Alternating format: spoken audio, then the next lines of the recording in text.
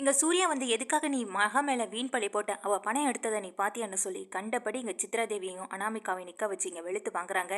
இன்னொரு தடவை மகா விஷயத்துல நீ தலையிட்டனா அப்புறம் அப்படின்ற மாதிரி சொல்லி பேசும்பொழுது இங்க கீழே இறங்கி வர மகா இங்க தனக்காக சூர்யா அங்க அனாமிகாவை திட்டுறதை பார்த்து மனசளவுல ரொம்ப சந்தோஷப்படுறாங்க. அதே நேரம் இங்க சூர்யா வந்து சொல்றாங்க, இங்க பாரு அனாமிகா, இந்த வீட்ல உன்னோட வேலை என்னமோ அதை மட்டும் பாரு. அதை விட்டுட்டு எங்க மகா வந்து எடுக்காத ஒரு விஷயத்தை எடுத்தான்னு சொல்லி நீ பொய் சொல்லும் போதே தெரியுது உன்னோட லட்சணம் என்னன்னு. இதுக்கப்புறம் எங்க மகா விஷயத்துல நீங்க ரெண்டு பேருமே என்னைக்குமே தலையிடக்கூடாது. இப்போ அம்மா அந்த பொறுப்பை அவ கேட்டா கொடுத்துருக்காங்கன்னா அந்த பணத்தை எடுக்கிறதும் அவ எடுக்காம இருக்கிறதும் அவளோட விருப்பம். அந்த பணத்தை அவ வீட்டுக்காக அவ எடுத்துட்டு போறதுல என்ன தப்பு இருக்கு? ஏன்னா அவளால என் கம்பெனிக்கு ஏகப்பட்ட லாபம் கிடைச்சிருக்கு. அப்படி இருக்கிறப்போ இந்த 5 லட்சம் ரூபாயெல்லாம் ரொம்ப பெரிய காசு கிடையாது. என்னால முடிஞ்சதை விட இங்க மகாவுக்கு நான் கோடிக்கணக்கில் காசே கொடுக்கலாம். ஏன்னா அந்த அளவுக்கு அவ என்னுடைய கம்பெனிக்கு நிறைய லாபத்தை ஏற்படுத்தி கொடுத்துருக்கா. அப்படி இருக்கும் பொழுது அவ எடுத்துட்டு போறதுல என்ன தப்பு இருக்கு? தெரியாம எடுத்துட்டு போனான்ற ஒரு பழியை நீ எப்படி மகா மேல தூக்கி போடலாம்? அப்படியே மகா எடுத்துட்டு போனாலும் அது நாங்க இந்த வீட்டுல யாரும் எதுவும் சொல்ல போறதில்ல என்னம்மா அப்படின்னு சொல்லி கேட்க, ஆமாண்டா சூர்யா, இப்ப எல்லாம் மகாவை நான் கொஞ்சம் கொஞ்சமா புரிஞ்சிட்டு இருக்கேன். ஏன்னா மகாவால உனக்கும் சரி இந்த வீட்டுக்கும் சரி மற்ற 2 பேரை பார்க்கும் பொழுது விட இங்க இந்த வீட்டுக்கு மகா ஒரு பொறுப்பான மருமகளாகவும் நம்ம குடும்பத்துக்கும் கம்பெனிக்கும் ரொம்ப உதவி பண்ணுற ஒரு பொண்ணாகவும் இருந்துகிட்டு இருக்கான். அந்த வகையில் மகா இந்த வீட்டுக்கு ஒரு நல்ல மருமக தான். அதை நானே ஒத்துக்கணும் அப்படின்னு சில டைம் யோசித்தாலும் கூட என்னுடைய ஒரு ஈகோ தான் அதை தடுக்குது அப்படின்னு சொல்லி இங்கே ராஜலக்ஷ்மி சொல்ல, இதை கேட்ட சித்ராதேவி, என்னக்கா இப்படி சொல்லிட்டீங்க அப்படின்னு சொல்கிறாங்க. நீ இங்கே ஐஸ்வர்யாவை ஏற்றுக்காமல் இருக்குன்றதுக்காக நானும் மகாவை ஏற்றுக்காமல் இருக்கணுமா என்ன? அப்படியெல்லாம் மகாவை என்னால் யார்கிட்டையும் விட்டு கொடுத்துட முடியாது. மகா இந்த வீட்டு மருமக தான், என்னோட மருமக தான். என்னோட மருமக இந்த வீட்டில் இந்த பணத்தை எடுத்துகிட்டு போனான்னு, நகையை எடுத்துகிட்டு போனான்னு அதை பற்றி நான் கேட்க போகிறது கிடையாது. நீங்களும் அதில் தலையிடாமல் இருந்தால் சரி. இப்போ சொல்கிறேன் சூர்யா, மகா இந்த வீட்டில் எல்லா உரிமையும் இருக்குன்னு நான் ஏற்கனவே சொன்னது தான். அதை அவள் எவ்வளோ வேணாலும் பணம் எடுத்துக்கலாம்.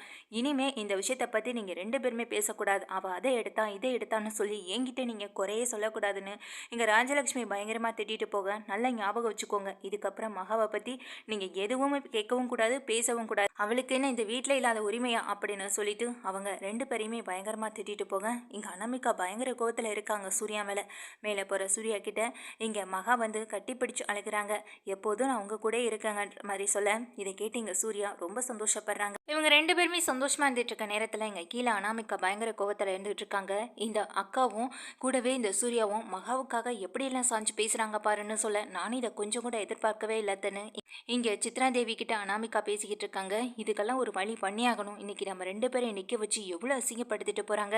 நம்மளும் இந்த வீட்டுக்கு வாழ வந்த மருமகள் தானே அப்படின்ற மாதிரி சித்ராதேவி சொல்ல, இந்த வீட்டில் இங்கே ராஜலக்ஷ்மி அத்தை தான் எல்லாருக்குமே இங்கே எல்லாமேன்ற மாதிரி நடந்துகிட்டு இருக்காங்க.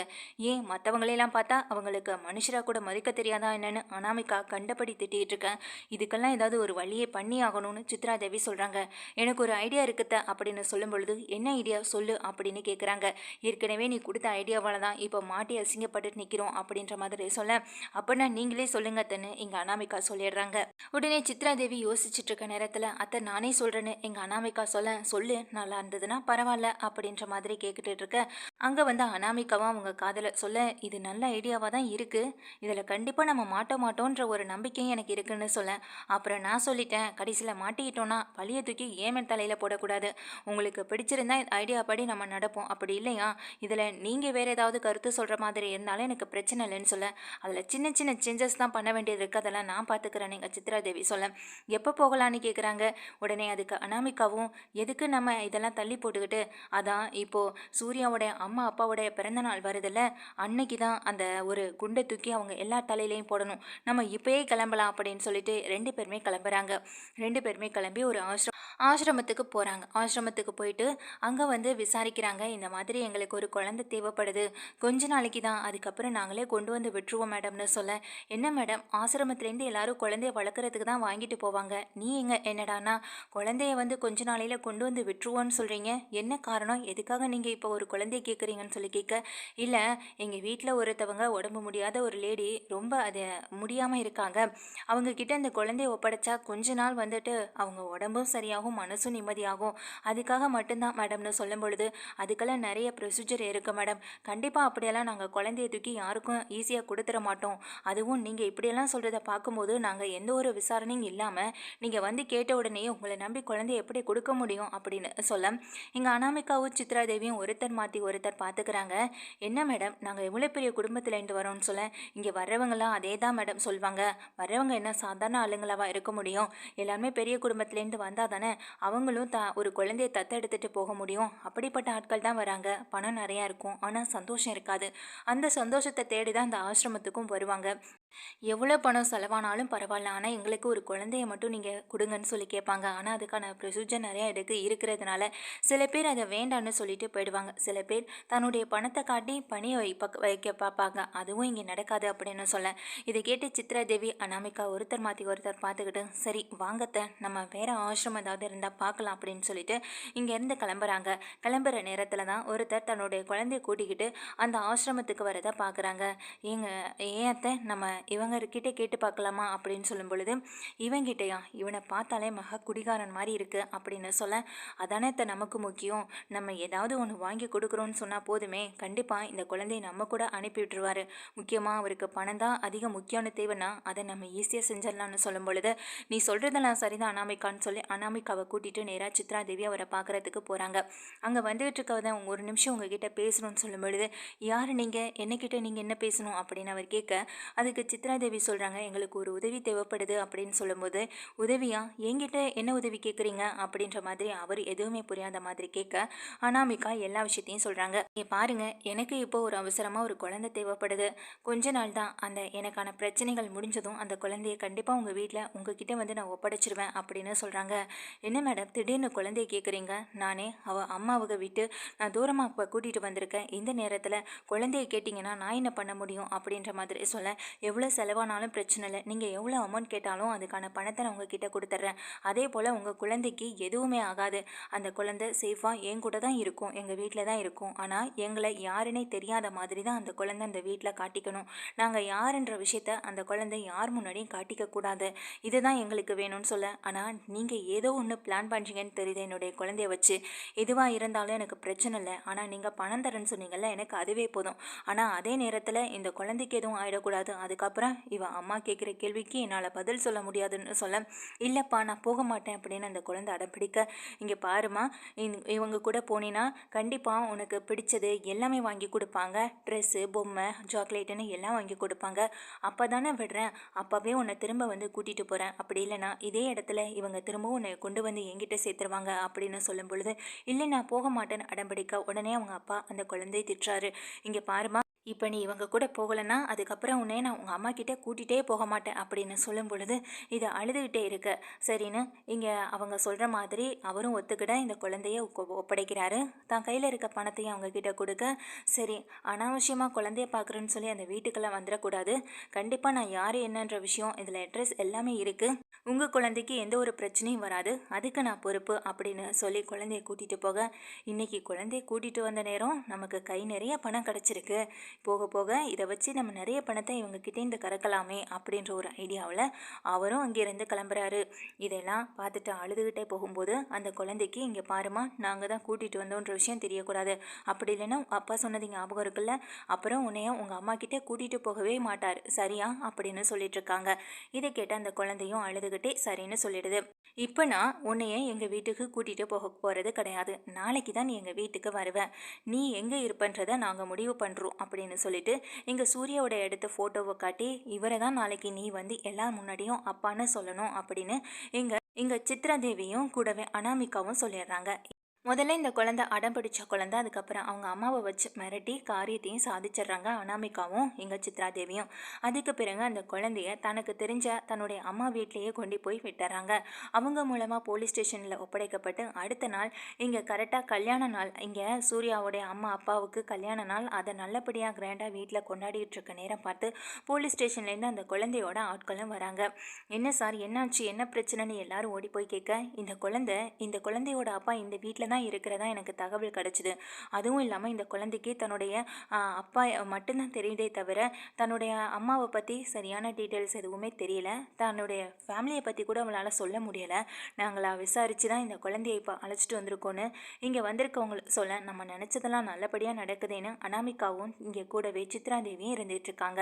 வந்தவங்க இந்த குழந்தைகிட்ட இங்கே கேட்குறாங்க போலீஸ், இதில் யாரும் அவங்க அப்பா அப்படின்னு சொல்லி பார்க்கும்போது, இங்கே ஃபோட்டோவில் காட்டின அங்கிள் வந்து இவர் தானே, இவரை தான் அப்பான்னு சொல்ல சொன்னாங்க, பேசாமல் இவரையே சொல்லிடுவோன்னு இவர் தான் என் அப்பான்னு சொல்லி கையை காட்டும் போது எல்லாரும் அதிர்ச்சி ஆகுறாங்க. என்னம்மா சொல்கிற, இவர் தான் உங்கள் அப்பாவான்னு இங்கே ராஜலக்ஷ்மி கேட்க, ஆமாம் இவர் தான் என்னுடைய அப்பா அப்பான்னு சொல்லி ஓடி வந்து இங்கே சூர்யாவை கட்டி படிக்க மகாவுக்கு பேரதிர்ச்சி ஆகுது. மகாவுக்கு என்ன சொல்கிறதுனே தெரியலை. என்ன நடக்குது இங்கேன்னு அவங்களால ஒரு நிமிஷம் கூட புரிஞ்சிக்கவே முடியலை. இங்கே எல்லாரும் மகாவை பார்க்க சூர்யாவை பார்க்க ஒருத்தர் மாற்றி ஒருத்தர் பார்த்து அதிர்ச்சியில் இருந்துகிட்டு இருக்காங்க. ஆனால் சித்ரா தேவி அனாமிகாவும் மனசளவில் ரொம்ப சந்தோஷப்பட்டுட்டு இருக்கேன். ஐஸ்வர்யா வந்து கேட்குறாங்க, என்ன பாப்பா இவருக்கு இப்போ தான் கல்யாணம் ஆகிருக்கு, ஆனால் நீ என்னடானா இவர் தான் அப்பான்னு ஓடி வந்து கட்டி படிக்கிறேன், மாறி கிரியில் அழைச்சிட்டு வந்திருக்கீங்க போகிறீங்க சார். முதல்ல இந்த குழந்தைய கூட்டிகிட்டு கிளம்புங்க, நல்லா இருக்க குடும்பத்தில் குழப்பத்தை ஏற்படுத்த வேண்டாம்னு சொல்ல, நாங்கள் இதுக்காகமா குழப்பத்தை ஏற்படுத்த போகிறோம், இந்த குழந்தை சொன்னதுனால தானே நாங்கள் இப்போ இவரை தேடி வந்திருக்கோம், அதுவும் ஃபோட்டோ இருந்ததுனால தான் ஈஸியாக கண்டுபிடிக்க முடிஞ்சது அட்ரஸை, இல்லைனா நாங்கள் இதுக்காக கண்டுபிடிக்க போகிறோம், இதோ பாருங்கள் இவர் இந்த குழந்தையோட இருக்கிற ஒரு ஃபோட்டோ இதோ என் கையில் இருக்குன்னு சொல்லி இங்கே வந்துட்டு அதை எடிட் பண்ண ஒரு ஃபோட்டோவை எடுத்து காட்டுறாங்க. இல்லை சார் ஃபோட்டோவெல்லாம் நம்ப முடியாது அப்படின்ற மாதிரி சொல்ல, இந்த குழந்தைக்கு எனக்கும் எந்த சம்மந்தமுமே இல்லைன்னு சொல்கிறாங்க. இங்கே பாருங்கள், உங்களுடைய பிரச்சனைகள் எதுவாக இருந்தாலும் அதை வந்து உங்கள் குடும்பத்தோட வச்சுக்கோங்க, இந்த குழந்தை மேலே காட்டாதீங்க, இந்த குழந்தை இங்கே தான் இருக்கணும், இந்த குழந்தையோட அப்பா நீங்கன்னு சொல்லும் பொழுது எங்களால் எப்படி இந்த குழந்தைய உங்ககிட்டேருந்து பிரித்து கூட்டிகிட்டு போக முடியும் அப்படின்ற மாதிரி சொல்லி இங்கே திட்டுறாங்க, சண்டை போடுறாங்க வந்த போலீஸும். அதுக்கு பிறகு எங்கள் தாத்தாவும் பாட்டியும் சொல்கிறாங்க, சரிங்க சார் நீங்கள் சொல்கிற மாதிரி இந்த குழந்தையோட அப்பா சூர்யாவாகவே இருக்கட்டும், ஆனால் அப்படி சூர்யா தான் இந்த குழந்தைக்கு அப்பா இல்லைன்னு தெரிய வரும் பொழுது இந்த குழந்தைய நீங்கள் கூட்டிகிட்டு போகணும், ஏன்னா அதுக்கான ப்ரூஃப் எல்லாமே எங்ககிட்ட இருக்குது, சூர்யாவுக்கு கல்யாணம் ஆனது மகா கூட மட்டும்தான்ற ப்ரூஃபும் இருக்குது, இதுக்கு முன்னாடி சூர்யாவுக்கு கல்யாணம் ஆகலைன்ற விஷயமும் எல்லாருக்குமே தெரியும், அப்படி இருக்கப்போ இந்த குழந்தை மட்டும் எங்கேருந்து வந்துட போகுது அப்படின்ற மாதிரி சொல்ல, இங்கே இந்த குழந்தையும் இந்த குழந்தையோட அப்பா இந்த சூர்யாவும் ஒன்றா இருக்கிற மாதிரியான ஃபோட்டோ இருந்ததுனால தான் இந்த குழந்தைய இவ்வளோ தூரம் கூட்டிகிட்டு வந்திருக்கோம், அதுவும் இல்லாமல் இந்த குழந்தை அப்பான்னு கட்டி படிச்சுட்டு நிற்கும் போதும் அழுகும் போதும் தெரியல, அந்த குழந்தையோட பாசத்தை புரியலை உங்களுக்கு, நீங்கள் என்ன பிரச்சனையாக இருந்தாலும் எனக்கு அதை பற்றி கவலை இல்லை, இப்போ எங்களுக்கு ஏகப்பட்ட கேஸ் இருக்குது, அதெல்லாம் நாங்கள் போய் பார்க்க வேண்டியிருக்கு, இப்போதைக்கு இந்த குழந்தைய நாங்கள் உங்ககிட்ட விட்டுட்டு போகிறோம், நீங்கள் இந்த குழந்தைய நல்லா பார்த்துப்பீங்கன்னு நினைக்கிறேன்னு சொல்லிட்டு போக, சார் ஒரு நிமிஷம் எங்களுக்கும் இந்த குழந்தைக்கும் சம்மந்தமே இல்லைன்னு சொல்லிட்டு இருக்கோம், ஆனால் நீங்கள் என்ன சார் சரியாக கேட்க மாட்டீங்கன்னு சொல்லி திட்டுறாங்க. ஆனால் இங்கே வந்துட்டு அவங்க எதுவுமே கேட்குற மாதிரி இல்லை. வந்த போலீஸ் வந்து குழந்தைய விட்டுட்டு அங்கேருந்து கிளம்ப அப்பா அப்பான்னு ஓடி போய் பிடிச்சிக்கிறாங்க அந்த குழந்தையும். இங்கே மகா வந்துட்டு அப்படியே கண்ணை கலங்கி அழுதுகிட்டு மேலே ஓடி போய் யோசிக்கிறாங்க. அன்றைக்கி ஸ்வேதா அந்த பொண்ணு கூட ஹாஸ்பிட்டலில் ஒரு டைம் பார்த்தோம், ஆஃபீஸில் ஒரு டைம் பார்த்தோம், தனியாக 2 பேரும் கிளம்பி போனாங்க, இப்படி ஏகப்பட்ட விஷயங்கள் இருக்குது, ஆனால் அதுக்காக என் புருஷன் மேலே நான் எப்படி சந்தேகப்பட முடியுன்ற ஒரு எண்ணமும் எங்கள் மகாவுக்கு வரேன். எங்கள் சூர்யாவை தேடி மகா மேலே மாடிக்கு வராங்க. மகா நான் அப்படி எந்த தப்பும் பண்ணலை, இந்த குழந்தை யாருன்னே எனக்கு தெரியாதுன்னு சொல்லும் பொழுது இங்கே மகா வந்துட்டு எதுவுமே பேசாமல் கலங்கி போய் நிற்க, இங்கே பாரு மகா அப்படின்னு சொல்லும் பொழுது அப்பயும் எதுவுமே பேசாமல் இருக்க, அதுக்குள்ளே அந்த குழந்தை ஓடி வந்து அப்பா அப்பான்னு சொல்லி அழுகுது, ஏன்பா என்னை விட்டுட்டு போனீங்க அப்படின்ற மாதிரி சொல்லி அழுக, இங்கே இருக்க கட்டி பிடிச்சிட்டு அந்த குழந்தையும் அழுக ஆரம்பிக்குது. இதெல்லாம் பார்த்து தாங்கிக்க முடியாத எங்கள் சூர்யா எதுக்குமா அழுகிற, முதல்ல நீ யாருன்னு சொல்லுமான்னு அந்த குழந்தைகிட்ட கேட்குறாங்க. ஆனால் அந்த குழந்தை எந்த பதிலுமே சொல்லலை. இங்கே ராஜலக்ஷ்மி அவங்க அப்பா அதுக்கப்புறம் இங்கே அவங்க மாமா அத்தை எல்லாருமே இந்த குழந்தைகிட்ட கேள்வி கேட்க, சின்ன குழந்தை அது என்ன பொய்யா சொல்ல போகுது, சூர்யாவை பார்த்ததும் அப்பான்னு ஓடி வந்து கட்டி பிடிக்கும் போதே தெரியலன்னு சொல்ல, அதுக்கு அனாமிகா சொல்கிறாங்க, குழந்தைங்க என்றைக்குமே பொய் சொல்லாதுன்னு சொல்லுவாங்க, அப்படி பார்க்கையில இந்த குழந்தை மட்டும் எதுக்காக பொய் சொல்லிட போகுது, ஒருவேளை எங்கள் மாமாவுக்கு மகாவை கல்யாணம் பண்ணிக்கிறதுக்கு முன்னாடியே ஏதாவது ஒரு லைஃப் இருந்திருக்குமோ என்னமோ, அது மூலமாக வந்து ஒரு குழந்தையா இருக்குமோ என்னமோ அப்படின்ற மாதிரி எங்கள் அனாமிகா சொல்ல, அதை கேட்ட எங்கள் சூர்யா என்னைய பற்றியோ என் கேரக்டரை பற்றியோ தப்பாக பேசுகிறதுக்கு கூட உங்களுக்கு உரிமை இல்லைன்னு சொல்லி திட்டேன், என் பையனை பற்றி என்ன பேசுகிற சித்ரா தேவி அனாமிகான்னு 2 பேரையும் திட்டுறாங்க. உடனே காயத்ரி சொல்கிறாங்க, சூர்யாவை இந்த வீட்டுக்கு ஒரு பொறுப்பான பையன் நினச்சேன், ஆனால் அவன் இப்படிப்பட்ட ஒரு விஷயத்த பண்ணுவான்னு நான் நினச்சி கூட பார்க்கலன்னு சொல்ல, நீ போய் பார்த்தியா, அவன் தப்பு பண்ணினதை நீ பார்த்தியா, எதையுமே ப்ரூஃபோட எதுவுமே ஆதாரத்தோட நிரூபிக்கப்படாமல் இருக்கும் பொழுது இப்படி ஏதோ ஒரு குழந்தை சூர்யாவை அப்பான்னு வந்து கூப்பிடுதுன்றதுக்காக நீ இந்த மாதிரி பேசுகிறது சரியா காயத்ரி, உனக்கு என்னதான் மேலே கோவம் இருந்தாலும் சின்ன வயசுலேருந்து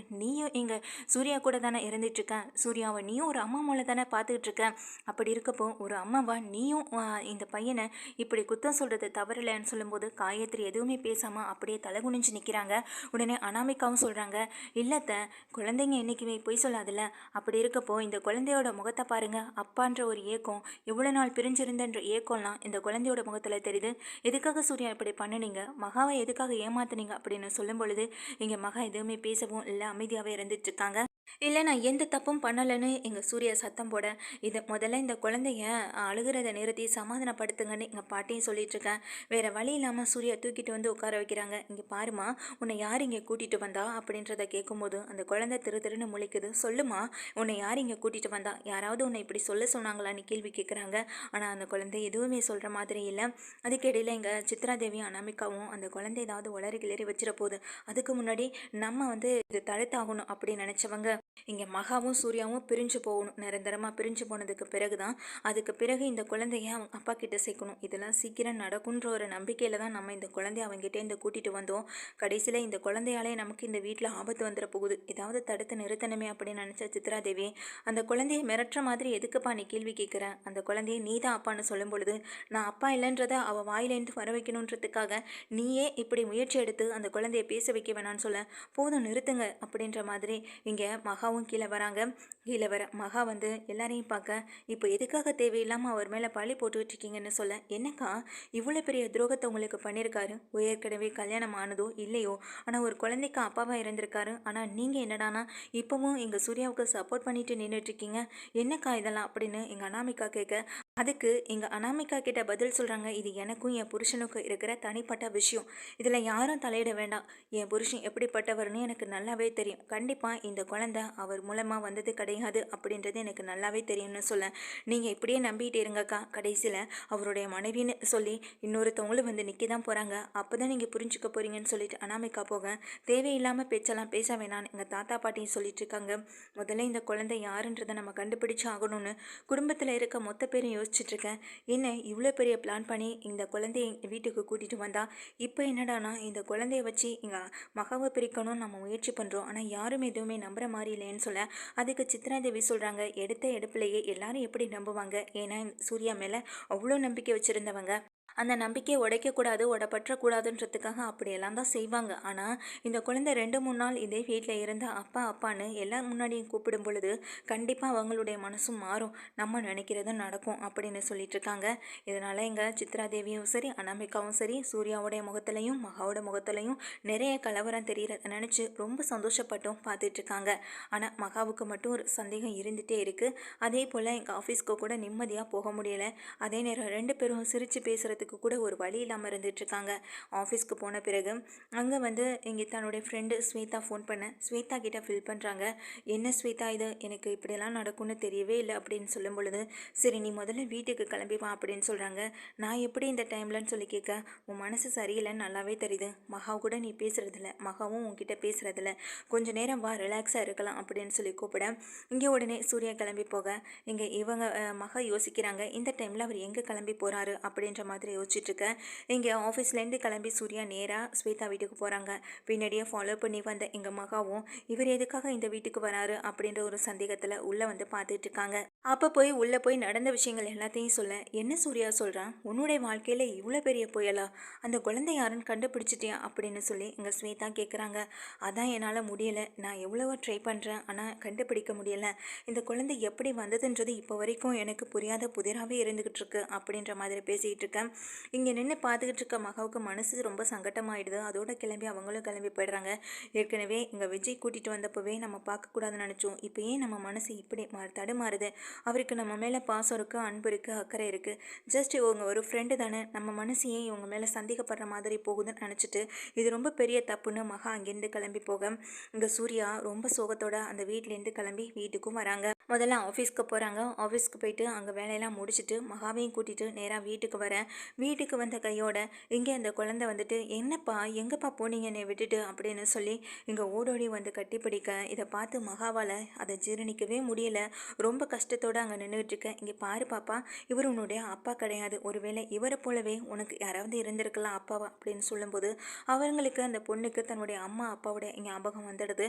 உடனே அழுக ஆரம்பிச்சிடுறாங்க. என்ன பாப்பா என்னாச்சு, எதுக்கு அழுகிறன்னு சொல்லும் பொழுது அனாமிகா வந்து திட்டுறாங்க. என்னக்கா எதுக்காக இப்போ அந்த குழந்தைய அழுக வைக்கிறீங்க, அந்த குழந்தை குழந்தை ஆசையாக தானே சூர்யா மாமாவை ஓடி வந்து கட்டிப்பிடிச்சது அப்பான்னு. இப்படி உங்களுக்கு பிடிக்கலனா அந்த பொண்ணை வந்து இப்படி தான் கஷ்டப்படுத்துவீங்களான்னு சொல்ல, ஏய் நிறுத்து, முதல்ல எங்கள் விஷயத்தில் நீ எதுக்கு தலையிடுறேன்னு எங்கள் சூர்யாவும் திட்டுறாங்க. அது இல்லை மாமா, என்ன இருந்தாலும் குழந்தை தானே அப்படின்னு சொல்லும் பொழுது, ஆமாம்மா இந்த குழந்தை எங்கேருந்து வந்தது எப்படி வந்ததுன்ற விஷயம் இன்னும் கொஞ்ச நேரத்தில் தெரிய வரும் அப்படின்னு சொல்லும் பொழுது, என்னப்பா சொல்கிற சூர்யான்னு எங்கள் ராஜலக்ஷ்மி கேட்குறாங்க. ஆமாம்மா அப்படின்னு சொல்லும் பொழுது எங்கள் சித்ராதேவிக்கும் அனாமிகாவுக்கும் பயங்கர பேரதிர்ச்சியாக இருக்குது. உடனே இந்த வீட்டுக்கு தன்னுடைய ஃப்ரெண்டு ஸ்வேதாவை வர சொல்கிறாங்க. கொஞ்ச நேரத்தில் அவங்களும் வர, இப்போ கொஞ்ச நேரத்துக்கு முன்னாடி நம்ம பார்த்துட்டு வந்தோமே, இவங்க சூர்யா கூட அந்த வீட்டில் பேசிக்கிட்டு இருந்தவங்க தானே அப்படின்ற மாதிரியான ஒரு நினப்பு எங்க மகாவுக்கு வருது. இது யாருப்பா அப்படின்னு சொல்லி தாத்தா பாட்டி ராஜலக்ஷ்மின்னு எல்லாருமே கேட்க, இவங்க வேற யாரும் இல்லை, என்னுடைய பெஸ்ட் ஃப்ரெண்ட் ஸ்வேதாவுக்கு ஒரு சின்ன பிரச்சனை தான் இங்கே வந்திருந்தா. அந்த பிரச்சனையை சமாளிக்கணுன்றதுக்காக தான் நானும் அவளுக்காக ட்ரை பண்ணிகிட்டு இருக்கேன். ஆனால் இப்போ வரைக்கும் அது மூவ் ஆகிட்டே இருந்தது. ஆனால் இன்னைக்கு அதுக்கான தீர்வு நல்லாவே கிடச்சிருச்சு அப்படின்னு சொல்கிறாங்க. என்னப்பா சொல்கிறேன்னு எங்கள் ராஜலக்ஷ்மி ஆச்சரியத்தோடையும் தாத்தா பாட்டியும் கேட்க, மகாவுக்கும் ஒன்றுமே புரியலை. மகாவும் அதிர்ந்து போய் பார்த்துட்டு இருக்காங்க. அப்போ தான் இங்கே சொல்கிறாங்க, அந்த குழந்தை எங்கள் ஸ்வேதாவை பார்த்த உடனேயே ஓடி வந்து கட்டிப்பிடிச்சு அம்மானு அழுக ஆரம்பிச்சிடுது. எங்கம்மா போன, என்னை விட்டு இத்தனை நாளாக எதுக்குமா என்னை பார்க்க வரல, எதுக்குமா என்னை பார்க்க வரல, அப்போ என்னை இங்கே கொண்டு வந்து விட்டுட்டு போயிட்டாங்கம்மா அப்படின்னு சொல்லி அழுக, எங்கள் சூர்யாவும் மகாவும் ரொம்ப ஃபீல் பண்ணி பார்க்க, அதே நேரம் ஸ்வேதாவும் தன்னுடைய குழந்தைய ரொம்ப நாள் கழித்து பார்க்குற சந்தோஷத்துலையும் வருத்தத்துலையும் கவலையிலையும் கண்கலங்கியபடி தன்னுடைய மகளை கட்டி அனுப்பிச்சு அழுதுட்ருக்காங்க. என்னப்பா சூர்யா, உன் ஃப்ரெண்டை போய் அம்மான்னு கூப்பிடுது அப்படின்ற மாதிரி சொல்ல, இவனே சித்ராதேவிக்கும் அனாமிகாவுக்கும் என்ன நடக்குதுன்னே தெரியல. அப்போ தான் ஸ்வேதா நடந்த விஷயம் எல்லாத்தையும் சொல்கிறாங்க. நானும் ஒருத்தரை காதலிச்சு கல்யாணம் பண்ணினேன், ஆனால் அவங்க கூட சந்தோஷமாக வாழ முடியல. எனக்கும் அவனுக்கும் பிறந்த பொண்ணு தான் இவளை நான் சந்தோஷமாக நிம்மதியாக வச்சு பார்த்துக்கணுன்னு ரொம்ப ஆசைப்பட்டேன். ஆனால் எங்கள் ரெண்டு பேருக்கும் இடையில எதையுமே ஒத்து வராததுனால நாங்கள் ரெண்டு பேரும் பிரிஞ்சலான்னு முடிவெடுத்து கோர்ட்டில் கேஸ் போயிட்டே இருக்குது. ஆனால் அதுக்கு இடையில அவன் குழந்தை ஏன் கூட தான் இருக்கணும்னு சண்டை பிரச்சனை இந்த மாதிரி ஒவ்வொரு விஷயமும் பண்ணிக்கிட்டே இருந்தான். கொஞ்ச நாளைக்கு முன்னாடி கூட என்னுடைய மகளை கூடன்னு சொல்லி என்னுடைய மகளை ஸ்கூல்லேருந்தே கூட்டிகிட்டு அவன் போயிட்டான். இதை பற்றி போலீஸில் கம்ப்ளைண்ட் கொடுத்து எந்த ஆக்ஷனும் எடுக்கலை. அதுக்கு பிறகு நானே தேடி பார்த்து என் பொண்ணு எனக்கு கிடைக்கவே இல்லை. என்ன சொல்லி இவ்வளோ நாளாக என் பொண்ணை அவன் கூட வச்சுருந்தான்றதும் தெரியல. ஆனால் கடைசியில் பார்த்தா பணத்துக்காக என் பொண்ணை இப்படி நடிக்க அனுப்பியிருக்கான். அவன்லாம் மனுஷனே கிடையாது. இந்த ஒரு காரணம் போதுமே, உடனே எனக்கும் அவனுக்கும் டிவோர்ஸ் கிடச்சிரும், என் பொண்ணும் என் கூட வந்து சேர்ந்துருவான், அதுக்கான எல்லா ப்ரூஃப் எல்லா ஆதாரமும் இருக்குது அப்படின்ற மாதிரி சொல்ல, உடனே அங்கே இருக்க பாப்பா கிட்ட ஸ்வேதா கேட்குறாங்க, ஆமாண்டா உன்னை யாரடா இங்கே நடிக்கிறதுக்காக அனுப்பி வச்சது, யாரடா உன்னை கூட்டிகிட்டு வந்தான்னு சொல்லும் பொழுது, இங்கே அனாமிகாவும் சித்ராதேவியும் எங்களை சொல்லிடாத, எங்களை மாட்டி விட்டுறாதன்ற மாதிரி தலையாட்ட இங்கே திருன்னு முழிச்சிட்டு இருக்காங்க. சொல்லுடா, அதான் அம்மா வந்துட்டேன்ல, இனிமேல் அம்மா உன்னை கூட்டிகிட்டு போயிடுவேன், நீ அம்மா கூட பத்திரமா இருக்கலாம், இனிமேல் என்றைக்குமே உன்னை நான் விட்டு கொடுத்துட மாட்டேன், அந்த ஆள் வந்தாலும் அந்த ஆளை போலீஸில் இனிமேல் பிடிச்சி கொடுத்துருவேன், ஒரு மகளை இப்படி பெத்த மகளை நடிக்கிறதுக்காக பணத்துக்கு அனுப்பி வச்சிருக்கானா, அவனா மனுஷனே கிடையாது, அவனை முதல்ல போலீஸில் பிடிச்சி கொடுக்கணும் அப்படின்ற மாதிரி சொல்ல, இங்கே அப்போ தான் வந்து சித்ராதேவியும் அனாமிகாவும் நைஸாக அந்த இடத்துலேருந்து விலக, சொல்லுடா யாரடா இப்படியெல்லாம் பண்ணதுன்னு சொல்லும்போது, அதுவும் அந்த ஆண்டி தாமா அப்படின்னு எங்கள் அனாமிகாவை கையை காட்டுறாங்க. இதை பார்த்த மொத்த குடும்பமும் அதிர்ச்சியாக, என்னம்மா சொல்கிறேன்னு இங்கே தாத்தா பாட்டி கேட்க, ஆமாம் எங்கள் அப்பா ஆசிரமத்தில் என்னை கொண்டு போய் விட்டுட்டு வரத்துக்காக தான் அந்த ஆசிரமத்துக்கு என்னை கூட்டிகிட்டு வந்தாங்க. ஆனால் அப்போ தான் இவங்க அந்த ஆசிரமத்துலேருந்து வெளியில் வரும்போது அப்பா கிட்டே ஏதேதோ பேசி பணமெல்லாம் கொடுத்து என்னைய அவங்களோட கூட்டிகிட்டு வந்துட்டாங்கன்னு சொல்லும் பொழுது, இது மொத்த குடும்பத்துக்கும் ரொம்ப பெரிய பேரதிர்ச்சியாக இருக்குது. யாராலையும் இதை ஏற்றுக்கவும் முடியலை. என்னம்மா சொல்கிறேன்னு அந்த பாப்பாட்ட கேட்குறாங்க. ஆமாம் அப்படின்ற அந்த குழந்தையின் தலையாட்ட இங்கே சித்ராதேவிக்கு பலார்னு ஒரு அறையை விட்டு கீழே தள்ள, அதுங்க நின்று பார்த்துக்கிட்டு இருந்த அனாமிகா பலார்னு ஒரு அறையில் அவங்களும் கீழே விழுக, என்ன நடக்குதுங்க, இது மகனோட வாழ்க்கையை சீரழிக்கணுங்கிறதுக்காக இப்படிப்பட்ட ஒரு வேலையெல்லாம் பார்ப்பியான்னு சொல்லி மாதிரி திட்டேன். இங்கே ஸ்வேதா சொல்கிறாங்க, என்ன சூர்யா, உன் குடும்பத்தில் உன்னுடைய வாழ்க்கையை கெடுக்கிறதுக்கு இவ்வளோ பெரிய ஒரு முயற்சி நடந்திருக்கு, நல்ல வேலை என் மகளால் இப்போ அதெல்லாம் உண்மை இல்லைன்னு தெரிஞ்சிடுச்சுன்னு சொல்லும் பொழுது எங்கள் மகா சொல்கிறாங்க, எனக்கு தெரியுங்க, கண்டிப்பாக இவர் தப்பு பண்ணியிருக்க மாட்டார்னு, கண்டிப்பாக இவர் மேலே பழி போடுறதுக்காக நடந்த ஒரு விஷயந்தான்றது எனக்கு நல்லாவே தெரியும். ஆமாம், இந்த விஷயத்தை எப்படி நீங்கள் கண்டுபிடிச்சிங்கன்னு மகாவி சூர்யாட்ட கேட்குறாங்க. அதுக்கு சூர்யா சொல்கிறாங்க, இன்றைக்கி இந்த பிரச்சனையெல்லாம் புலம்பிகிட்டு இருக்கும்போது தான் நான் இங்கே ஸ்வேதாவை பார்க்குறதுக்காக வீட்டுக்கு போனேன். அங்கே போகும்போது தான் எனக்கே தெரிஞ்சது இந்த குழந்தை யாருன்னு. என்னுடைய கஷ்டங்களெல்லாம் சொல்லி புலம்பிக்கிட்டு இருக்க அதே நேரம் என்னுடைய குழந்தைய பார்க்க முடியலன்ற கவலையில் அவளும் இருந்துக்கிட்டு இருக்க. அப்போ யதார்த்தமாக தன்னுடைய குழந்தையோட ஃபோட்டோவை காட்டும்போது தான் நானே உண்மையை கண்டுபிடிச்சேன், இந்த குழந்தை தான் எங்கள் வீட்டில் இருக்குன்னு. ஆனால் அந்த குழந்தை எப்படி வந்ததுன்னே இங்கே ஸ்வேதாவுக்கு தெரியல.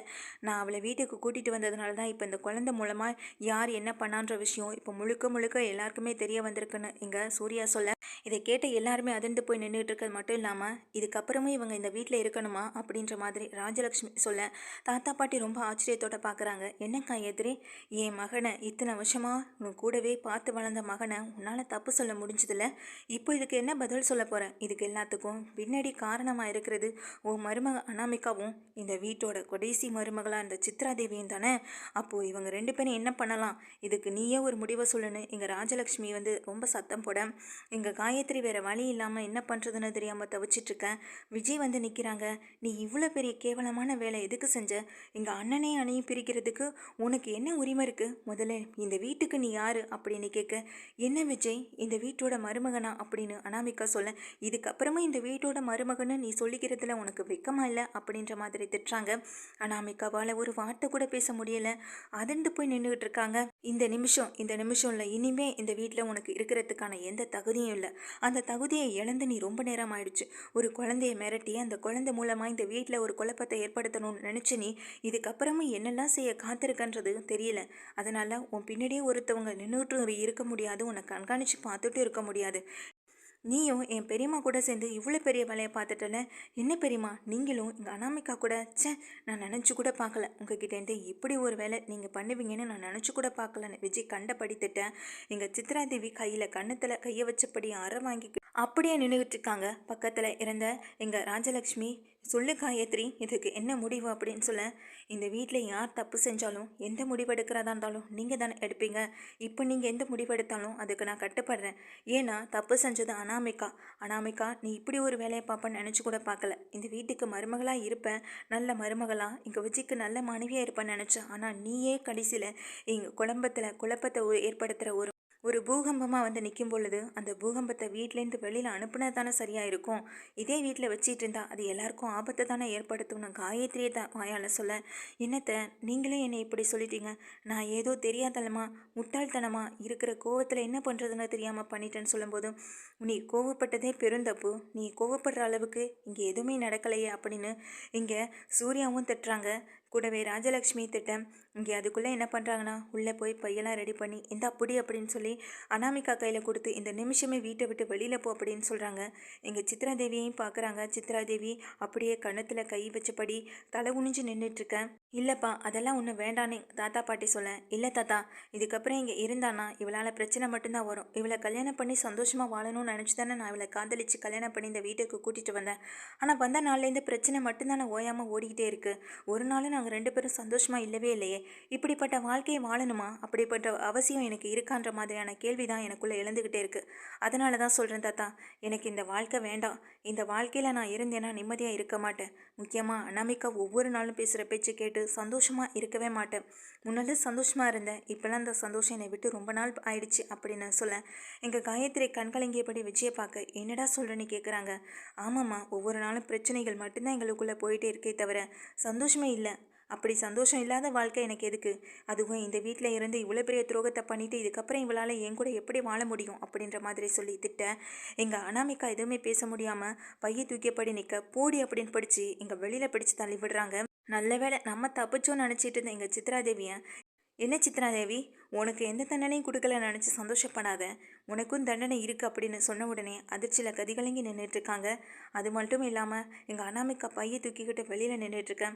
இனி இந்த வீட்டுக்குள்ளே எடுத்து காலடியே நீ வைக்கக்கூடாது, உனக்கும் எனக்குமான உறவு என்னையோட முடிஞ்சிருச்சு அப்படின்னு சொல்லி விஜய் பேச, இங்கே ரொம்ப அதிர்ச்சியில் மூழ்கி போய் அனாமிகா அப்படியே வெளியில் நின்றுட்டே இருக்காங்க. இங்கே எல்லாத்தையும் கதவை சாத்திட்டு உள்ளேயும் கூட்டிகிட்டு வந்துடுறாங்க விஜய். இங்கே சித்ராதேவி பயந்து ஒடுங்கி நின்றுட்டுருக்காங்க. கௌதம் வேற நின்றுட்டுருக்கான். எங்கள் ஐஸ்வர்யா கேட்குறாங்க, அனாமிகாவுக்கு இவ்வளோ பெரிய தண்டனைனா அப்போ நம்ம அத்தைக்கு என்ன தண்டனை கொடுக்குறதா இருக்கீங்கன்னு சொல்லி கேட்கும் பொழுது, நான் அதுக்கு பெரிய தண்டனையாகவே வச்சுருக்கேன் அப்படின்னு இங்கே சித்ராதேவியை பார்த்து ராஜலக்ஷ்மி சொல்ல, சித்ராதேவி பயத்தில் உறைஞ்சு போய் நிற்கிறாங்க.